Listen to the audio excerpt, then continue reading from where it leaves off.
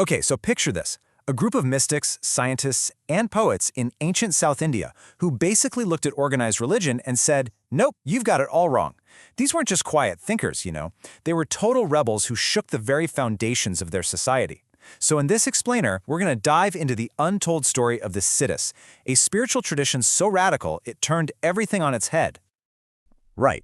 Let's jump in. Rebels, saints, and reformers. And, the Siddhas didn't just whisper their ideas, they shouted them from the rooftops. Their words, which we still have today in this incredibly powerful poetry, were a full-on assault against hypocrisy, mindless rituals, and social injustice. Let's listen to what some of these fiery voices had to say. So right off the bat, they went straight for the heart of religious practice at the time, idol worship. The Siddha Sivavakyar puts it bluntly. God is not in brick, granite, red paint of mercury, copper, or in spelter. I mean, there's no ambiguity there, right? He's saying the divine isn't in the stuff you build temples with. It's a seriously radical statement, and it really gets to the core of what they believed. And this wasn't just a one-off idea. Another thinker, Basava, basically says the same thing. Listen to this. How can I feel right about a God who eats up lacquer and melts, who wilts when he sees a fire? He's questioning the whole logic of it. I mean, if your God can melt or burn, is it really God? For these guys, if the divine can be bought, sold, or destroyed, then you're missing the point. But okay, their rebellion didn't stop with religion. Not even close. They took aim at the most rigid part of society, the caste system. Sivavakyar asks this question that sounds like it could have been written today. Who is a low-class woman? Who is a rich woman? Is it marked on the flesh, skin, or bones? Wow. With one question, he just completely dismantles the whole basis for caste. He's saying you can't see it on the body, so what makes it real? I mean, these are some seriously powerful and provocative ideas, right? So it just begs the question, who were these spiritual rebels? Who were the people brave enough to say all this centuries ago? Well, that brings us to the secret of the Siddhas. The answer lies in this fascinating and often very secretive tradition. This was the philosophy, the source, that fueled their entire movement. So what exactly is a Siddhar? The word literally means a perfected or realized person. It comes from Tamil words that mean supernatural performance and mind. So right away you know we're talking about some serious mastery of the mind.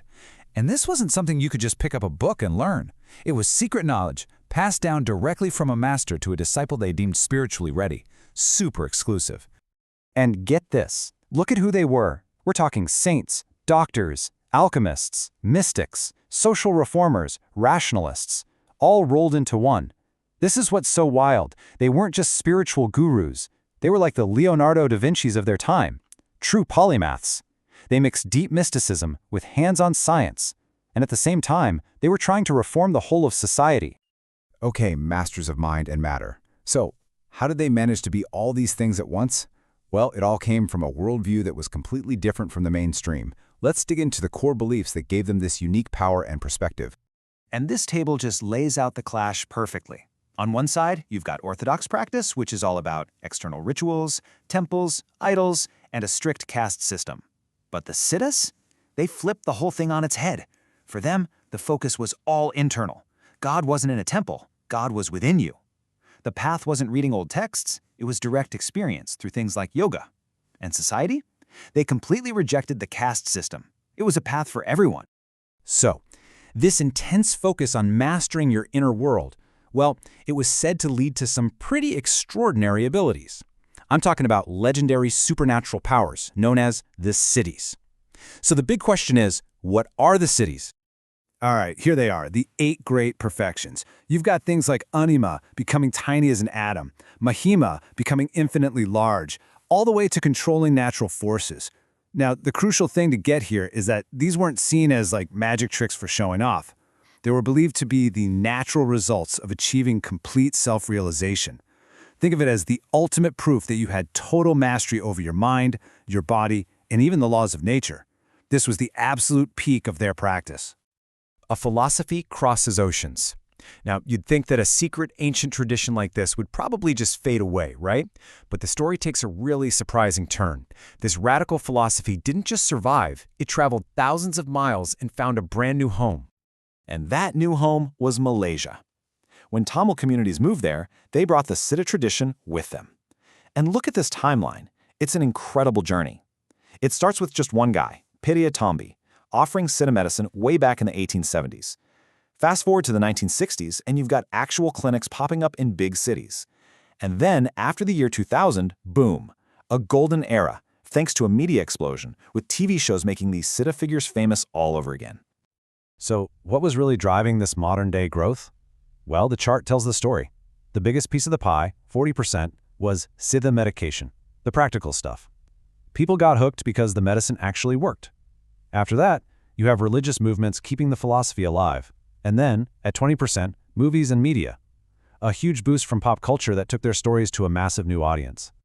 So let's talk about the Siddha legacy today. This journey, from ancient rebels to a modern revival, is pretty amazing. So what's the real takeaway? What can we learn from these masters of mind and matter right now in our own lives? Well, if you boil it all down, here are the key takeaways. First, question everything. Don't just accept norms that seem hypocritical.